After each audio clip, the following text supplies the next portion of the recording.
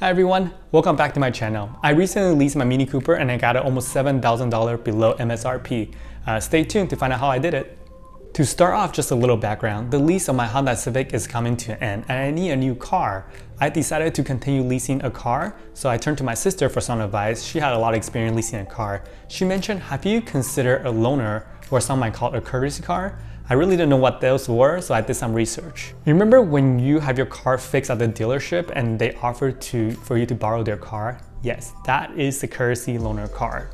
When the car dealer let you borrow these cars, they want to use it as an opportunity to showcase the newer model of their car. So as a result, they're usually the latest models, and precisely for that reason, cars are usually turned over pretty quickly and they have low mileage. And since they're owned by the dealers, they're usually maintained by the dealership and considered factory maintained. So what are some pros and cons for courtesy cars? Well, first, let's talk about pros. Because the dealers want to showcase this car, they're usually very well maintained. They not only meet factory standards, they're usually in pristine conditions. As you imagine, they want to showcase this car. So when I got my car, it actually still smelled like brand new. Secondly, because they're usually the latest model, they're turned over at a regular interval, they usually have very low mileage. On average, I think these cars usually have less than 5,000 miles. My car actually have less than 3,500 miles when I got them. And then lastly, the price. Because these cars are in between used and new car, you can actually get a very, very aggressive price. They actually are considered new when they sell it, so you can actually qualify for some factory promotion as well. What about some cons to getting a courtesy car?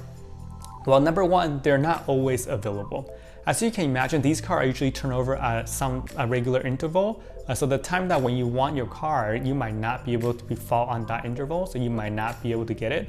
And my dealer actually told me that these deals are usually a steal. So when people see that these deals are on the market, they usually get snapped up really fast. So you want to be on the lookout for them. And then secondly, they might not be as customizable. These cars, you can make some small changes, but the main color trims, you might not be able to customize them as much as you want. But because these cars that the dealers want to showcase, they usually are picked very popular color and trim, so that's usually not a problem. Now let's talk about numbers. I'm actually going to use my Mini Cooper as an example. I usually email a couple of different dealerships and get actually quotes before I physically walk into the dealership. This would save you hours and hours of just waiting at the dealership. Usually because these are written quotes in an email, you can actually forward them from one dealer to the other. When the dealer ends up telling you that they cannot beat that price, or sometimes they would just flat out tell you to take that deal because it was so good. This is how you can kind of confidently know that that's probably the best deal that you can get. My family have used this method to get a couple cars in the past, and they're highly effective and I would highly recommend it. I'm going to show you guys some of the actual quote that I got from the dealers, and here we go. Okay, so as you can see, these cars are considered new. I have less than 3,500 miles on my car. Initially, they gave me a discount of $5,500, but through the method I talked about previously and some back and forth, they ended up giving me a discount total of $6,750. So I just wanted to do a little comparison. As you can see, I paid $2,500 down and my monthly payment about $247. Whereas if you pay a $2,500 down, your monthly payment about $354 on a new car. That's a 50% difference. Now, for people who want a brand new car that was never driven before, then this deal is probably not for you. But keep in mind that when your car leaves the dealership lot, your car value actually drops significantly, instantly.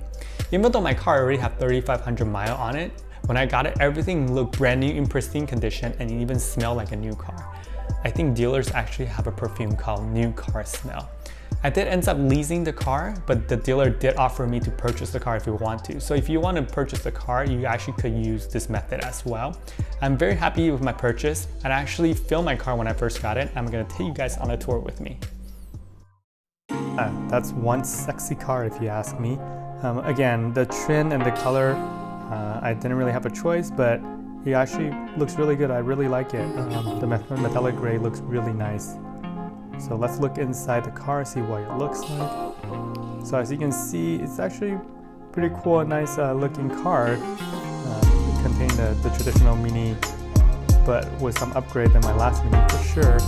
Mini has this weird vent that doesn't really, opening that doesn't allow like those magnet phone holders. So I got this to hold my phone. Actually works really well. So let's look at the back. apologize, I do have some personal stuff in there, but I just want to show you guys how big the back is. It's a little sunken in, so provide a little bit more storage area, and that's the rest of the inside of the car. Well, that's my car. I hope you guys liked this video. If you like it, please hit like and subscribe.